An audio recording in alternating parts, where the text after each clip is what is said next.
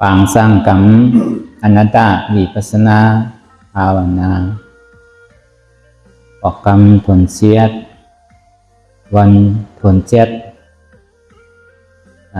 ขิงเวลาบ่ายโมงต่อถึงบ่าย3 โมงปีพุทธศาสนา2568 ภาษาเดินเสียดไม่หาคำปีกาบสีจุฬาศักราชาวอะไร1,386 โตปีคิดวันที่7 เดือนเก่าปี2024ที่วัดอนัตตาวิปัสสนากรรมฐานหนองเขียวเปิงวันดอมลอยสะทงเวียงตะคิเล็กออกกรรมทนเสียดนี่เขาก่อที่ไหนมาซับแรงหายเมืองได้จ้างตือกรรมอนัตตาวิปัสสนากรรมฐานภาวนาเนี่ย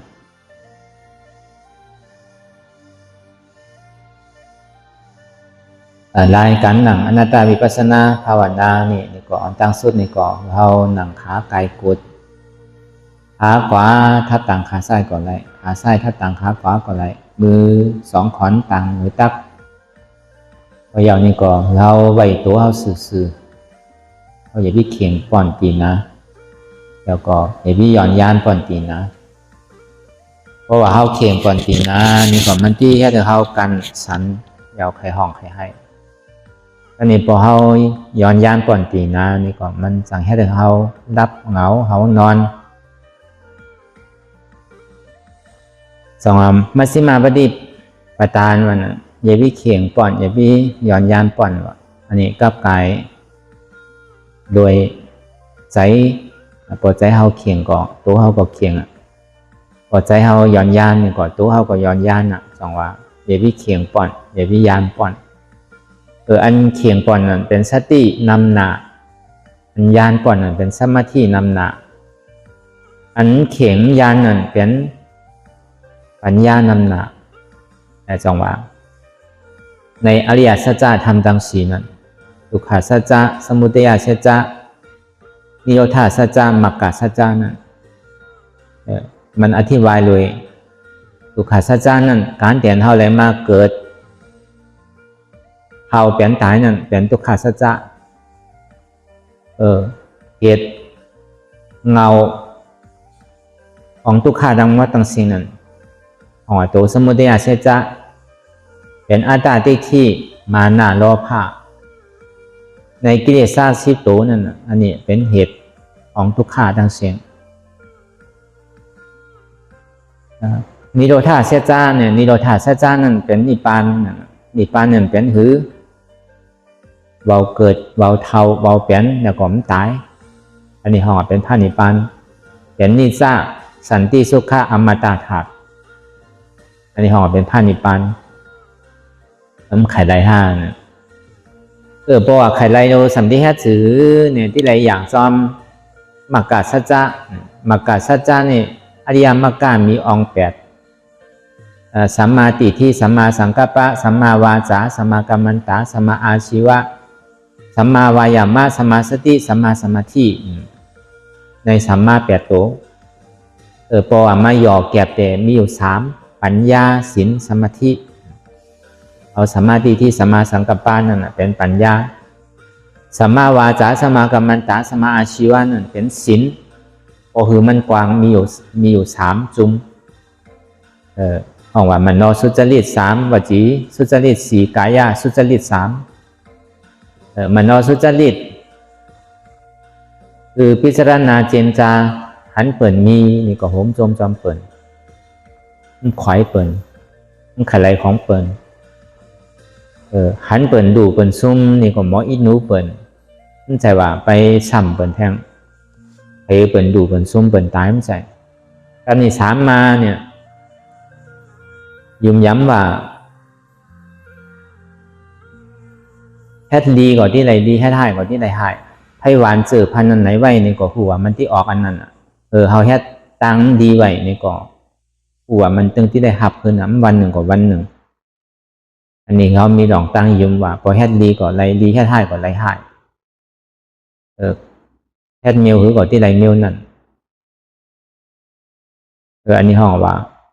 มันนอสุจริตว่าจีสุจริตน่ะมันมี3ประการ1ว่ากรรม8กรรมแหลนเปิ่น2ว่ากรรมข่ากรรมขายกรรมข่ากรรมขายนี่เป็นหือเอาความในหอในเฮือนในวัดในวาเฮาไปบอกคือเปิ่นตังนอกเอาความตังนอกเฮือนเปิ่นเข้ามาในเฮือนของเฮาเข้ามาในวัดในวาของเฮาอันนี้2อันนี้3มาเนี่ยดาดกรรมใจลำใจกรรมแต่มันใจแต่ว่าเสียงมันใจหลาดกองว่าเป็นต่อสารอันนี้3อันนี้4มานี่หลาดกรรมเรียนกรรมรอหลาดกรรมมันมีนำมีโตแต่นี่ว่าอย่าพี่หลาดกรรมมันมีนำมีโตอันนี้ห้องว่าเพราะว่าเฮาสติเฮาทิ้งเฮาออดใดเยินใดนี่ก็มันจะที่ห้องเป็นสัมมาวาจาผมออดเยินใดนี่ก็ห้องว่ามิจฉาวาจาอันนี้กายสุจริต3เนี่ยเมาโตใจเปิ่นตายตั้งแต่หมดปกมงแมงบนตัว2ตีน4ตีนตัวมันมีตีนตัวมันมีหลายตีนตัวอยู่ในดินในน้ำตัวอยู่ในอากาศกลางหาวซะเนี่ยอันที่มีอาสากสายใจอันนี้เขาเอาคือเปิ่นตายมันหลักเอาโคของเปิ่นนั่นน่ะของที่อันเปิ่นมีเจ้านั่นน่ะเขาหลักปอยาเหมือนเปิ่นหันเนี่ยเปิ่นที่ห้องเป็นโจรปอยาเหมือนเปิ่นหันเนี่ยเปิ่นสังว่าคอนหลักให้มันหลักไปกับมู่เนี่ยเปิ่นห่อเขาเป็นคอนหลักปอยาเหมือนตัวเขายังตึกไปหลักอยู่เปิ่นห่อเป็นโจรนั่นอันนี้2ตอนนี้3มานี่มันยาเกาโผเกาเมเปิ่นไปยาเกาเมเขาก็เขาเจอเขาไปยาเกาโผเปิ่นก็มันเจอพอเขาเจอก็เปิ่นเจอมันอันนี้ห้องว่ากายทุจริต3พอเขาเฮ็ดนี่ก็เป็นกายสุจริต3ในศีลเนี่ยพอที่เพตื่นเด็ดมันมีอยู่10ประการก็นี่กับกายโดยรองสมาธินั่นเนี่ยสัมมาวายามะความเพียรเนี่ยนะความเพียรจอบความตั้งใจจอบในปองวางความตั้งใจหมานแมนเนี่ยพอความไตพอความขืนได้ในห้องว่าความเพียรจอบพอความไทยความเพียรชอบเหมือนหนังเขาอธิษฐานนั่นนี่ก็อย่าพี่มันดูนั่นนะสัมมาวายามะนั่นในโจอัน2 นาที2 ชั่วโมงนั่นนี่ก็เขาก็อย่าพี่เพื่อนอย่าพี่หนึ่งนั่นน่ะมันจะที่เด็กอะไรว่าเป็นความเป็นจอบสัมมาสติเนี่ยความระลึกจอบว่าสติตื่นไว้อยู่ตลอดเวลานั่นความระลึกจอบอันว่านั่นสำเป็นซังมันใจว่าคือมันเจนจาวนไปว่ากะว่ากะเป็นมันใจว่ากำกุมกะไปวนตั้งหลังหรือติ๊กมีเหมือเหยาเหมือสุดเหมือเสียงให้ปลอกกำก็เหยาไปวนเจนจาหลองตั้งหนากำก็เหยาก็หันวนซังเป็นสิ่งนี้ไปห้องว่ามันใจเป็นสัมมาสติมันใจเป็นความระลึกจอบมันเป็นความระลึกพิษว่ะพอเขาไปเจนจาหลองเปิ่นก่อนนี้ก่อนนะหลองเฮิรนนี่เฮิรนนะหลองวันนี่วันนะหลองเมืองนี่เมืองนะตั้งหลังติดปอนมาก็เหมือนกันตั้งนาเดียนยังไม่ไปถึงตื่นนั่นนี่ก็พอเขาไประลึกเจนจาอยู่เนี่ยมันเป็นอันระลึกพิษว่ะความระลึกพิษว่ะนั่นคือมันสันที่เป็นความระลึกจอปันวันน่ะเตียนมันเจนจาไปดังๆป้อนอย่างก็มันป้อนไปมันเอาขึ้นได้เหมือนหนังคอนที่มันตายไปแล้วเหมือนหนังเขาถอมนำลายนำหมูกตอกใส่ในแผ่นดินเหมือนหนังเขาเขียวตอกใส่ทั้งเขียวเนี่ยเขาปอกแก้บขึ้นไรเนี่ยการแต่เขาไปเจนจาพิจารณาไปต่างหลังอติกาลาปอนมานี่ก็เลยว่ามันเป็นประโยชน์นาซังเดี๋ยวนี้ประวัติเขาปองสิ่งนี้จะที่ห้องว่าความระลึกจอบก็นี่พอเขาไปเจนจาวนไปดังหลองตั้งนานี่ก็มันก็เหมือนคอนนอนรับนั่นน่ะ ถึงที่มืนตาตื่นมาก็ไม่มีสังเตอันเท่ากลุ่มกับไปเจนจาตั้งนาเตียมันยังไปถึงเดินนั่นก่อมันเหมือนหนังควันเท่าตึกนอนรับถึงที่มืนตามาก็หายหมดอ่ะมีอันเตะเป็นอันเตะอันนี้พอเฮาหมอระนึกหมอพิจารณาตัวเองนี่ก็บอกว่าอันนี้ถึงที่ห้องว่าเป็นความระนึกจอบกำนี้เพราะว่ามันมาอย่างเขาสัมพันธ์อยู่โดยกับเขาผมพิจารณาไหนเจนจาไหนหันอยู่ก็สัมพิจารณาเจนจาพิจารณาอยู่เจนจาอยู่ก็หันเตะอันนี้เป็นความหือเป็นความเหมือนหนังความตาบอดว่ะอันนี้พอเขาหมอว่าสินี้นี่ถึงที่ห้องเป็นความระนึกจอบถึงตีสุดท้ายมาเนี่ยใจนี่มันปิ้วไปกับว่างกับเปลี่ยนปิ้วสังกบปิ้วไปที่ผมมีขอบมีแดนไปตั้งหมดตั้งเสียงในสัจจวราตั้งหมดตั้งเสียงเนี่ย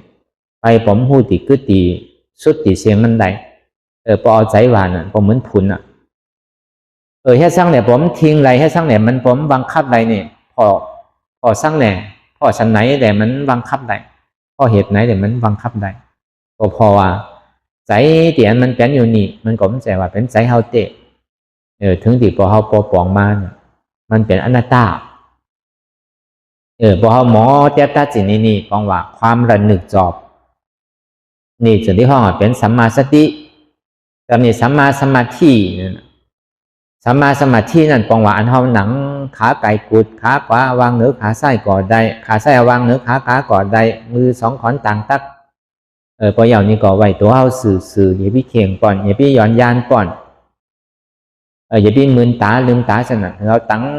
มันไว้เหมือนหนังเฮาปลูกผักปลูกเยื่อปลูกหมักใหม่มาสั่งเนี่ยเฮาเอาไม้กำไว้ให้มันนั่นน่ะใน2 นาฬิกาเนี่ยพอเขามันเนี่ยมันที่ก้านมาเขือกันมาเขือเนี่ยเป็นเอาตังไว้เป็นเดือนไว้มันเป็นแห้งหนูอันนี้เขาเป็นควันตังก่อซ้ำ2 ชั่วโมงก็เดี๋ยวเขาสันไปสันมาเดี๋ยวก็มันที่ก้านมาพิงมาเขือหมดเพราะว่าเขาตังมันเขาสันคอนยมใหญ่มันค่ายมันหนึ่งนี่ห้องว่าความสงบจอบวะความมันจอบวะความตังมันจอบวะก็ใจความสงบจอบนี่ก็ใจเพราะว่ามันนิ่มเนี่ยมันที่ใจมันที่สงบมานั่นน่ะมันที่ตังมันมานั่นน่ะแต่ที่ห้องว่าความตังมันจอบความสงบจอบนี่ก็ว่าได้อันเนี้ยมันเป็นเสียนตังที่ตัดแปดเหตุของทุกข้าทั้งเสียงที่เราสัมมาทิฏฐิสัมมาสังกัปปะเนี่ยในสัมมาทิฏฐิสัมมาสังกัปปะนี่มันเป็นปัญญา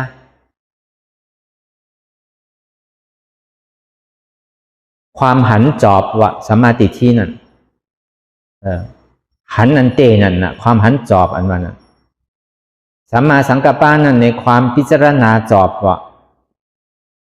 ตึงอันเท่าหันเนี่ยตึงอันเท่าพิจารณานั่นมันเป็นอันใจเป็นอันจอบเตะมันพิษเปิงเนี่ยเป็นที่ห้องว่าจอบพอเอาความว่าความหันจอบความพิจารณาจอบวาจาจอบการเฮ็ดจอบอาชีพจอบความเพียรจอบความระลึกจอบความตั้งมั่นจอบในอริยมรรคมีองค์ 8เนี่ยพอมาหยอดเจก็เป็นปัญญาศีลสมาธินั่นนะหนังหือแต่มันพอที่หันเตมันเตสื่อเตใจเตนี่ก็ถึงที่เอา8 ตัวเนี่ยมาเข้าอยู่ในตัวเดียวกันเหมือนเรามาหนังอนัตตาวิปัสสนากรรมฐานนี่ก็ที่เกสุดมันนี่ศีล5ศีล8เนี่ยเรามีกันกุกเกาะจังว่าที่ได้เอาศีล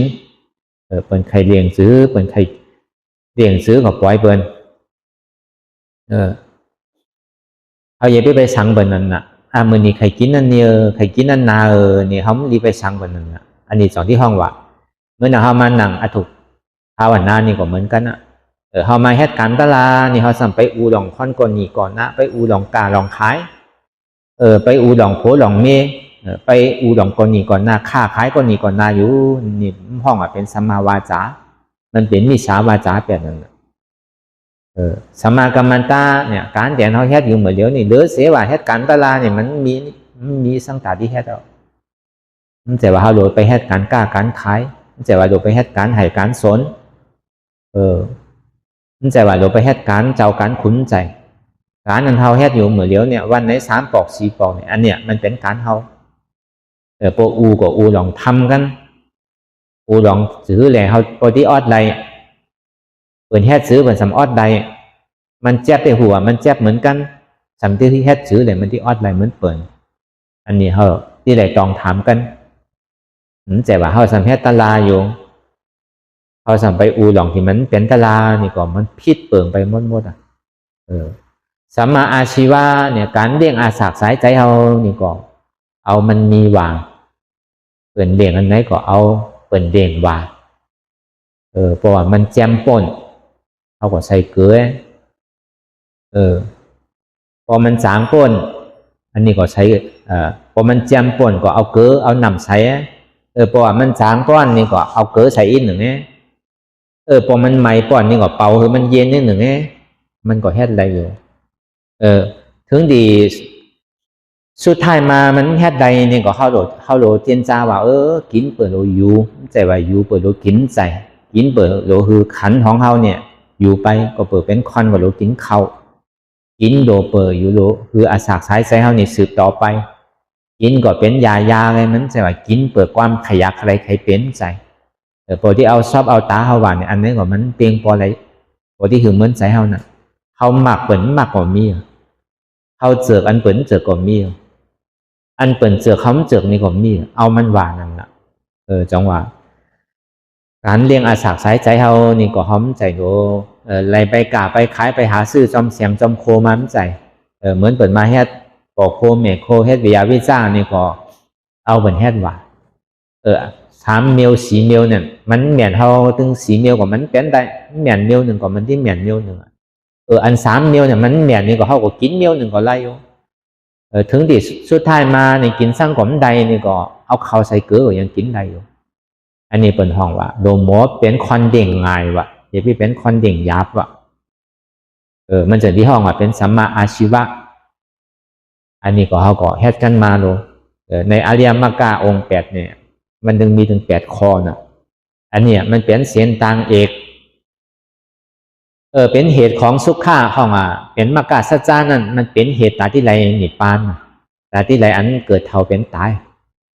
ก็เบอร์นั่นอันไหนที่มันเป็นธรรมอันไหนที่มันเป็นตาราเนี่ยมันมีเนี่ยพอเอามาหมอใจพอเอาหมอใจเป็นตาราเฉียงที่เป็นได้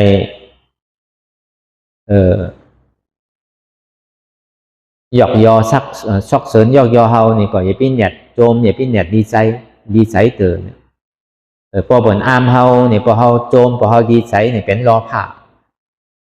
พอเปิ่นบ่าเฮานี่สัมเป็นต่อสาวพอเฮาใจลำครับมันเป็นเหตุที่ให้เธอเป็นกิเลสเกิดขึ้นที่กันพอมไขหัน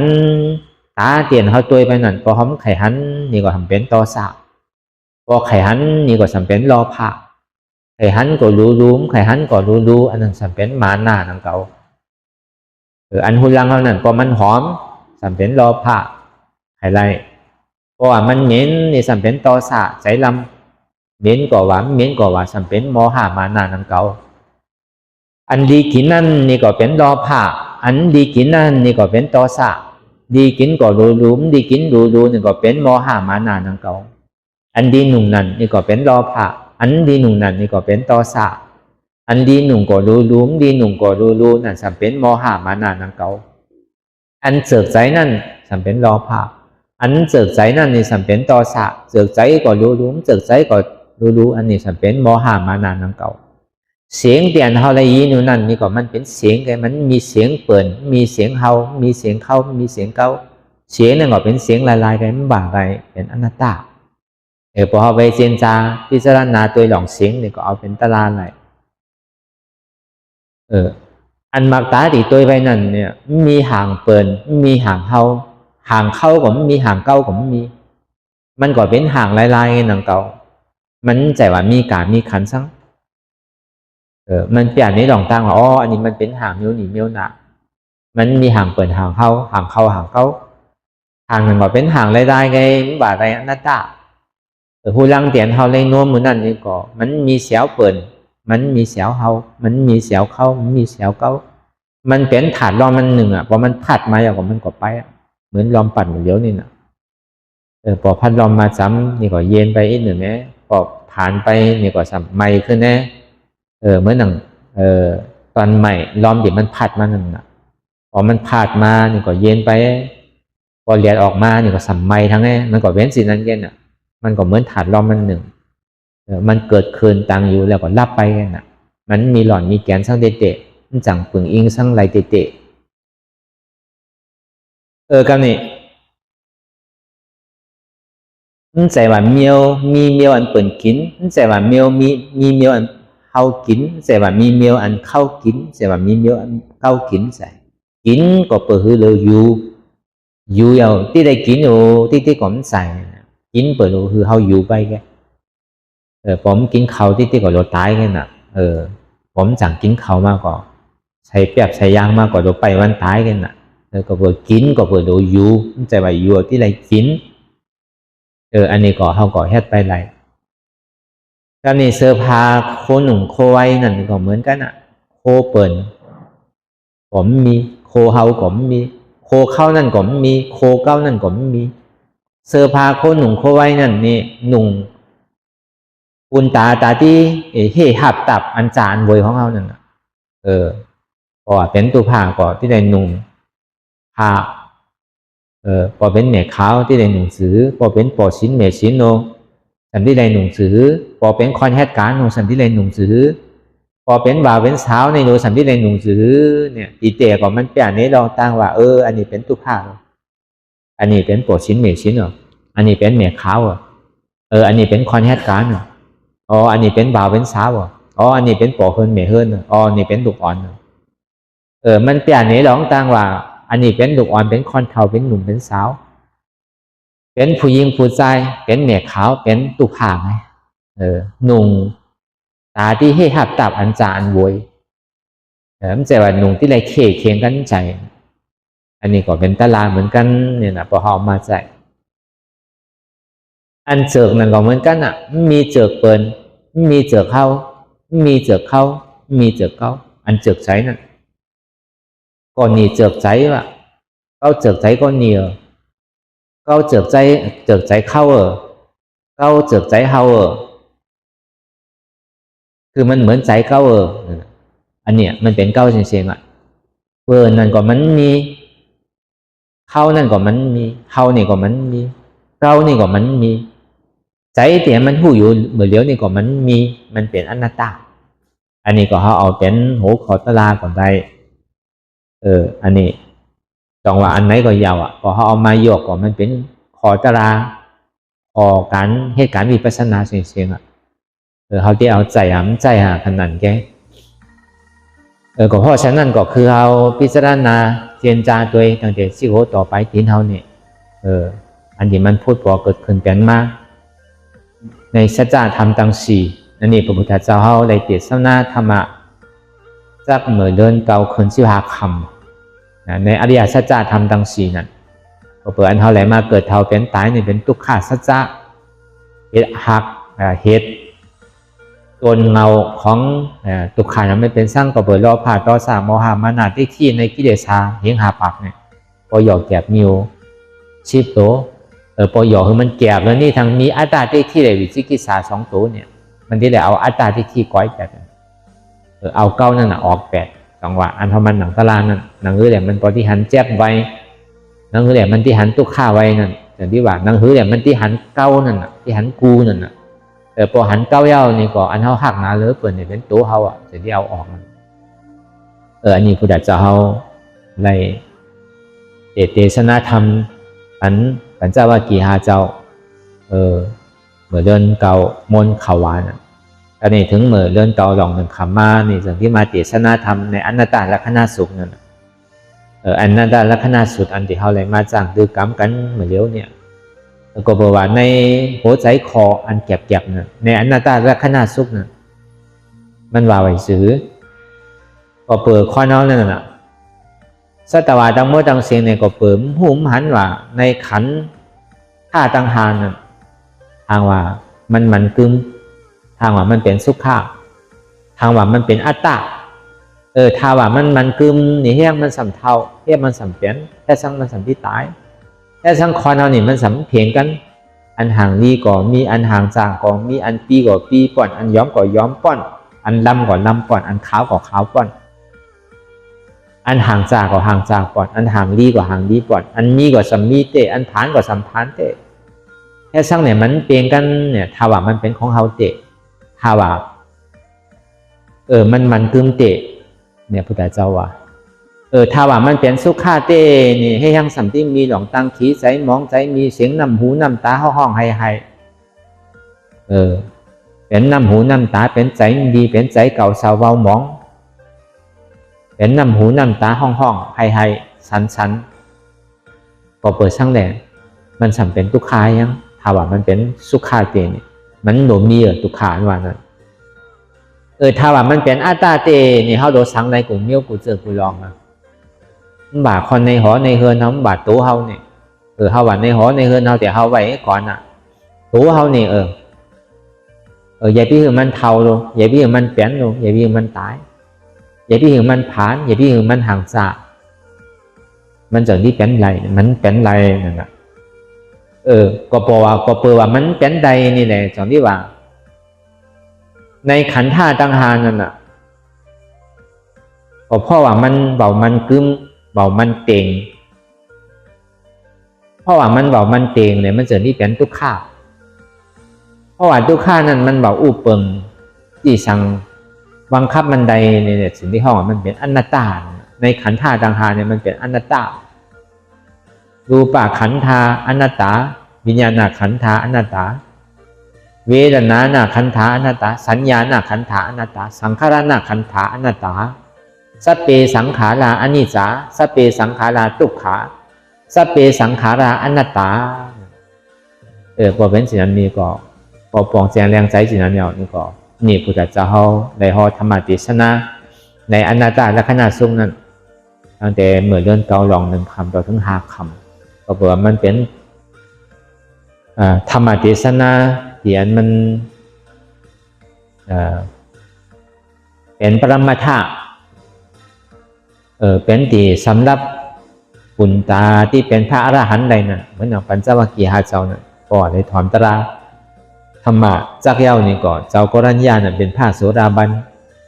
ถึงวันหนึ่งมาพุทธเจ้าเฮาสัมเทศนาธรรมเนี่ยอนัตตลักษณะสุขอันเท่าไรมาเฮ็ดกันเหมือนเดียวนี่เจ้ากรัญญาเนี่ยก็เป็นพระอรหันต์แบบ